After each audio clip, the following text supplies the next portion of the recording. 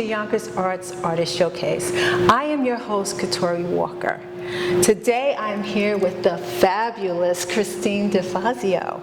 She is an art educator, artist, author, licensed appraiser, and former director of the Michael Hall Fine Arts, and probably a whole lot of other things that we're going to find out today. Christine's pop art work focuses on capturing the psyche of her sitters, often caught in a dilemma expressed through allegory or myth with a touch of surrealism. She aims to convey stories of love, longing, and despair through her images of the female form. Welcome, Christine. Thank you for having me. It's such a joy to actually meet you in person. Now, you create themes, right, with your artwork that really allow people to contemplate and think and explore thoughts and feelings deep within themselves. At least that's what I find. Mm-hmm. And one of your themes in particular I would like you to share with us today is your images of women by women. So I had this idea of creating a collection of images of women by women, because throughout history women have been painted by men, and I feel like lately women have been sort of taking that back by creating images of themselves and other women and showing women the way they would like women to be seen. Okay, so tell me about when that thought occurred. Like, what made you start to think about that? Because was it because you were an appraiser and you're just seeing this? Like, how did that come about? Well, I have a background in art history, and this is a theme through art history, and that's something that has been explored starting with Kenneth Clark in a book called The Nude, and then Linda Nochlin in Why Have There Been No Great Women Artists? And so I started to do some research and reread The Nude and the writings by Linda Nochlin, and to tell you the truth, it was inspired by some of the things that I saw on social media. Yeah. I was looking at social media and I saw many images of women that really disturbed me. And some of the images are being put out by men, and some of the images are actually being put out by women themselves. And so these images really disturbed me. And so I decided that what I needed to do was to bring awareness to this issue, this social issue of how women are representing themselves and how men are representing women on social media, and to make a statement that this is not okay, and then also to bring it around to a new way of representing women and how women are representing women. Well, what was the feedback? I mean, you're doing something that's a little bit different and you saw a need for it. What was the feedback? What are some of the things that people are saying about what you're doing? Sometimes people get angry about what I'm doing if they don't understand what I'm doing or why I'm doing it, or if they don't have a lot of experience in the arts. And it really depends on who you're talking to, because if I'm talking to someone who is not an art person and I tell them, what I'm doing, sometimes they get a little angry or a little upset. But I think that art that makes people angry and upset can also be good, because it changes their way of looking at things, and that, certain things that have been done throughout history are not okay. Now, when did you start painting? I started painting, well, I've always created art ever since I was a young child, and I had crayons and I started creating art. I always loved to cut paper, and I started making paper dolls and doll houses and just anything I could create using whatever I had. Now, was your family very supportive of that? Did they say she's going to be an artist, or they're like, oh, she's just playing? Did anybody see that little fire that was starting? Well, I have a lot of artists in my family, Okay. Not artists that have exhibited, but artists who created art. My great-grandmother was an artist, and she, supplied me with art supplies. And I think as soon as my family saw that I liked art and I was good at art, they supplied me with art supplies. And so I continued, throughout school. I had a very supportive high school art teacher who, took my work and made sure it was exhibited in different places. One of the places, I'm from Western New York. Okay. So one of the places that my work was exhibited when I was in high school was the Albright Knox Art Gallery in Buffalo. And then I went to college and I took studio art and studied art history, and that sort of led me to coming into New York, where I was an internship at the Franklin Furnace and also the New Museum, right when the New Museum was starting out. Wow. Yeah. That must have been a really great experience for you. Yeah, it was a wonderful experience, and that sort of opened my eyes to, I guess, the whole theme of, protest art and subversive art and, women's issues. Can you tell us about an event in your life that made you stronger and led you to growth? And that experience, how does it affect your art, or does it? Well, I think a lot of my art has been a struggle. My mother died when I was very young, and then my father had an accident when I was 9 that left him disabled. Oh my gosh. Yeah. I'm sorry. So it really made me a very independent person who was ready to, really work hard to achieve my goals. I came from a middle-class family in Western New York, and, I've worked very hard. I was one of the first in my family to have a college education. Good for you. Yeah, that's big. Wow. I was guided by my aunt, who also, she's a lawyer, and so she was the one who guided me to make sure I went to college. And my father never graduated from high school. Okay. Yeah. Wow, so this is a really big deal. You're a first. Yeah. And I love education. I studied art history at SUNY Stony Brook and the visual arts, and then I have a degree in art history from Hunter, and then I decided to become a teacher, and so I have a degree from City College in art education. Okay. Okay. Now, your work has been in many exhibitions, I see, as I did my research. Yeah. And one of your recent exhibitions was Giving Light, an Art for Social Justice exhibit at the Bronx Arts Space. Can you tell me about that? So I have been teaching in the Bronx for 20 years in Mott Haven and Soundview, and I'm currently a teacher in the Bronx. And I felt a strong connection to the Bronx Art Space, being one of the galleries that opened up in the Mott Haven area.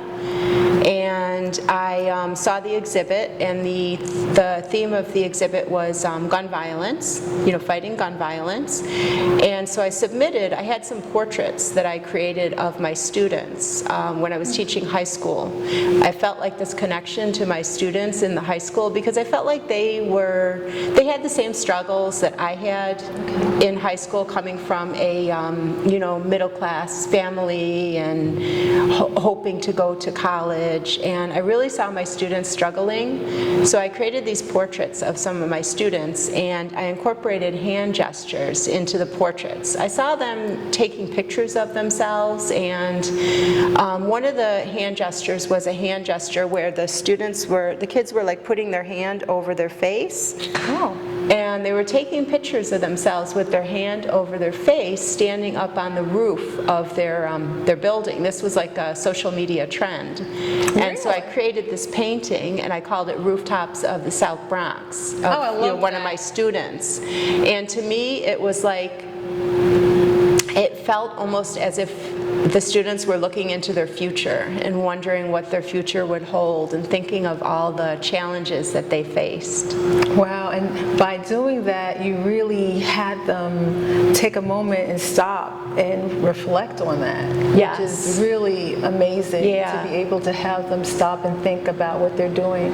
Yes, and then the one that was chosen for the exhibit was called Hand Gestures, and it is a portrait of two boys at the Concierra celebration, and they're making hand gestures, and the hand gesture is the sign of the bulls. And the sign of the bulls can be a cultural gesture of like male strength for the Mexican culture, or it can also be a gang sign. Oh. So, you know, thinking about this and the reasons why these youths were making these gestures, you know, I saw it and I couldn't tell if they were playing around or if they were in some sort of situation. Oh. And it really disturbed me. You know, it disturbed me, it made me think, you know, it made me worried. And so I created the piece's hand gestures. Okay, okay. How long did you work in an auction house? Am I saying this right?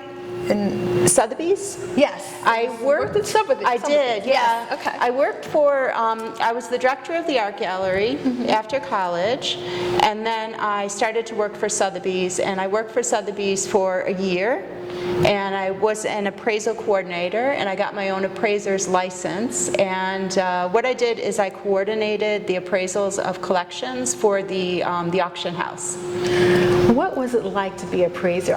Yeah, well, that was really exciting because what my job was to go into people's collections and basically make a list of all their artwork, and then I would go to the different specialists, and the specialists would evaluate the value of the artwork, and then we put together these documents. You know, it would be for insurance or for sale or fair market value. But I think what happened to me was all the years of studying art and looking at original art has really honed my eye. Okay. Great. Don't look at my stuff. Yeah.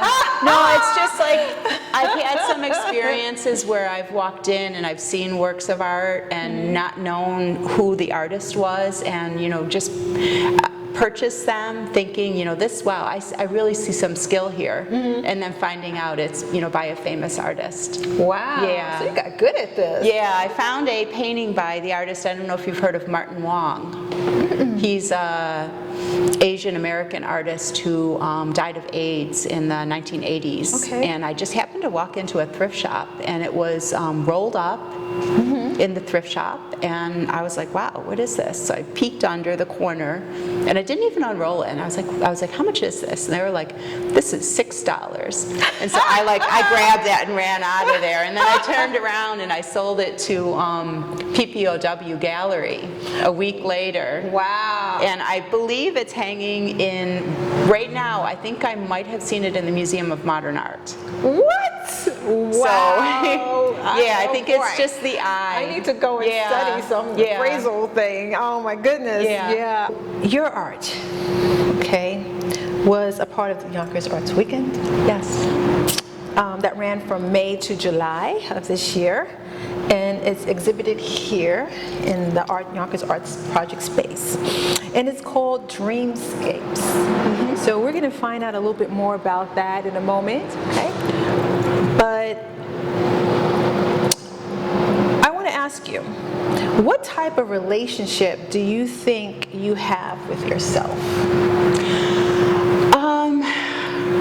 That is a difficult question. I guess I'm the type of person who's always trying to improve myself, but sometimes I can be my own worst critic. And does that come through in your artwork too, that you're kind of hard on yourself with your art a little bit, like you want it to be a certain way, or like explain that to me? Sometimes I would say in my artwork, sometimes I'll be expressing the way I feel, or, you know, my anger, my pain, my happiness, and sometimes I don't even really know what I'm doing. I'll just start working on something, Like a and then flow will come. it just starts flowing. And it's really important, like when you're creating art, sometimes I have the finished piece in mind, and sometimes I don't. Sometimes I don't really know what I'm doing. I do a lot of collage, and I'll just take these images and words, and I start putting them together, and it's a subconscious thing. And then at some point I realize the story that I'm telling. And sometimes it's like a story that was inside me that I really didn't even know. Yes. And sometimes I surprise myself. That's always great, right? When you start something and then all of a sudden it's like, I know that with me, that happens too. And then sometimes I do have an intent, like I'm intentionally wanting to create something. And then as I do it, it might not come out the way I thought it would be. And then I might get a little bit like, this is not, and I can't get it the way I want. And then it's like, well, this is what it was supposed to be. This is what it really is supposed to be. So I understand. Sometimes the works are like, sometimes they're almost a journey on the way to the final work, and you might have like a beginning work and then something in between, and then eventually you'll get to the final work of art, but you have to just not stop. Right. And I think that's great as far as advice, right, to give to someone who's doing their artwork and they might start comparing their artwork to somebody else's, right, and then they just stop and give up. Like, I've run across young people who, and even, it doesn't matter age actually, who was like, I love to draw, but it's not good enough, and they stop. That's one of the biggest challenges as a teacher as well, because everybody has their own style. I was at MoMA yesterday, and we were in they have one of those new rooms where they have a lot of self-taught art. And as you're walking around, you can look at the pieces and see, in a lot of the pieces, the perspective's not perfect, the anatomy's not perfect, but this is the artist's style. Or even there's the recreation of Matisse's Red Room right now, his Red Studio, and looking at those pieces, you could see that a lot of the perspective is off, the proportions of the body are off. Some of the works that we think are finished, like there's the dancers at MoMA, his painting of the dancers, and when you read it, you could see that it was a study. It was like a middle study for the final version. So they have it hanging there, and it's not finished, and it was actually just a study. So it's sort of one of these middle pieces. Wow, I did not know that. Okay, thank you. I'm sure a lot of people didn't know that. Like I could sit here and talk to you all day. So tell us about Candy. Okay, so Candy started out with an advertisement. I take a lot of my images from advertisement, and I saw it was advertisement for diamonds, and the woman was being fed diamonds on chopsticks. And I was like, wow, this is a really interesting image. So I sort of tore it out of the magazine and I saved it, and it became one of my commentaries on, my women's issues. And, there's always that thought, with engagement or getting married, that you're given this, this diamond, and this diamond represents so many hopes and dreams. But then when you get into that relationship, there's a lot of yourself you have to give up when you're in a relationship. Yes. So that was sort of my thoughts, that the woman's being fed this giant diamond with these golden chopsticks.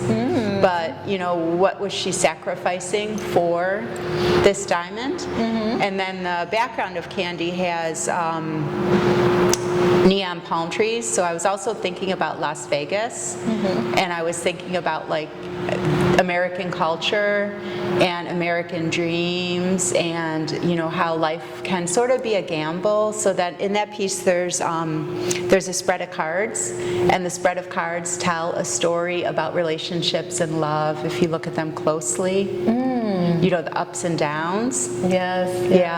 I love that. I love that. And then if I could continue, I was also inspired by social media. So I was looking at pictures of social media, and I was seeing these pictures of these cocktail waitresses and how they work, and their uniform for work is actually a very skimpy bikini. And I was thinking about, wow, is this right? You know, should these women be wearing, you know, should this be their uniform?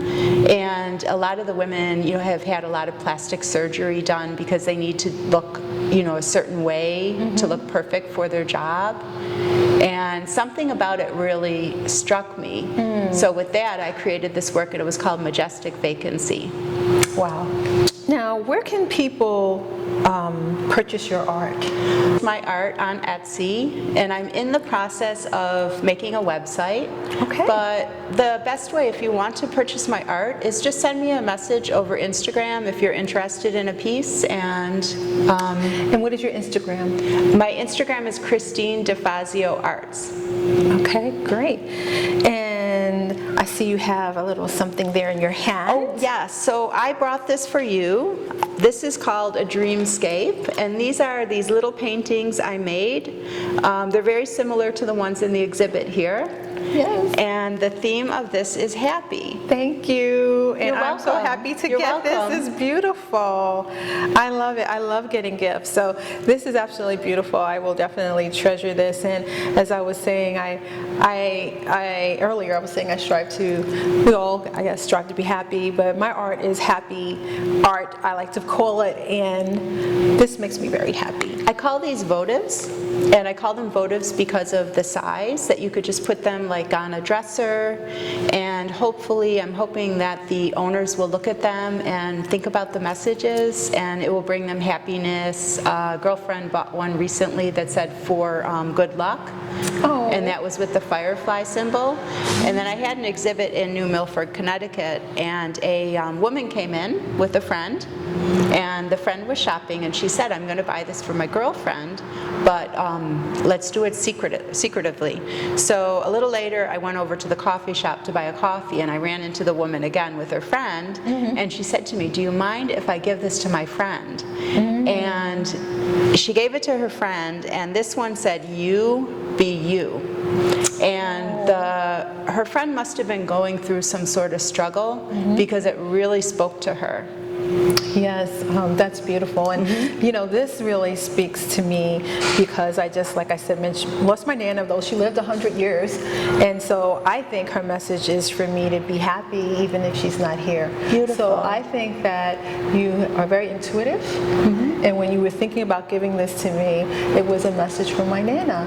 So that's why wonderful. it touches me Wow. even more. So thank you. Thank you. And here we are.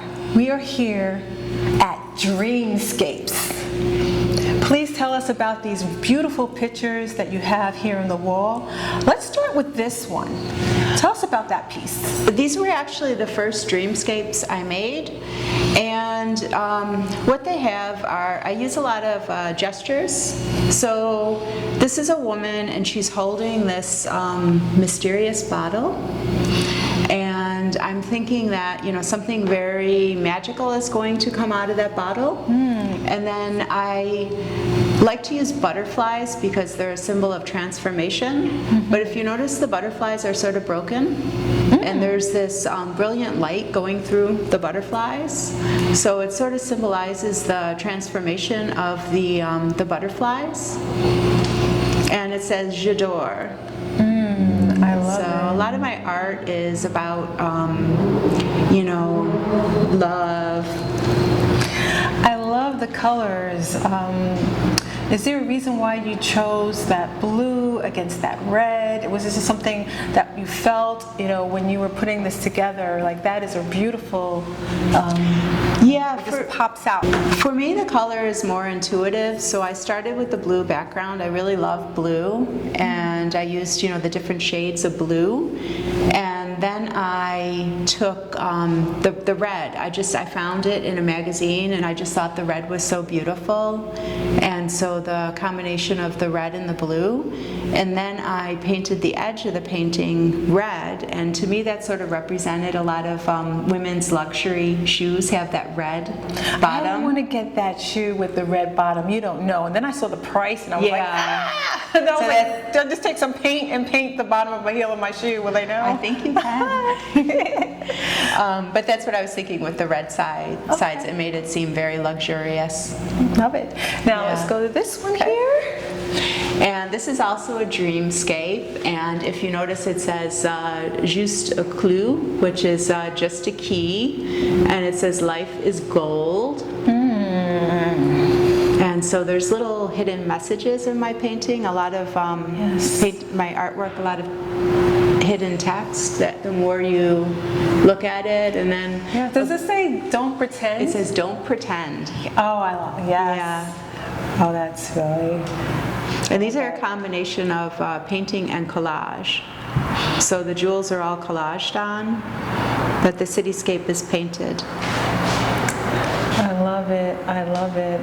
This is really beautiful. Both pieces complement each other, but yet they're so different in what they. And I love the composition and how you laid everything out, and it really draws you. Well, thank you so much. You're welcome. Thank you so much. I'm just so happy that you came to visit us today and shared really amazing things. And I hope that we continue to see you in these shows that we have. Definitely. I'm very happy to have the opportunity to share my work. I am Katori Walker, and I want all of you to always remember to never forget the creativity within you. See you next time. This project is made possible with funds from the Restart the Arts, a regrant program of Arts Westchester, with support from the Office of the Governor, the New York State Legislature, and the New York State Council on the Arts.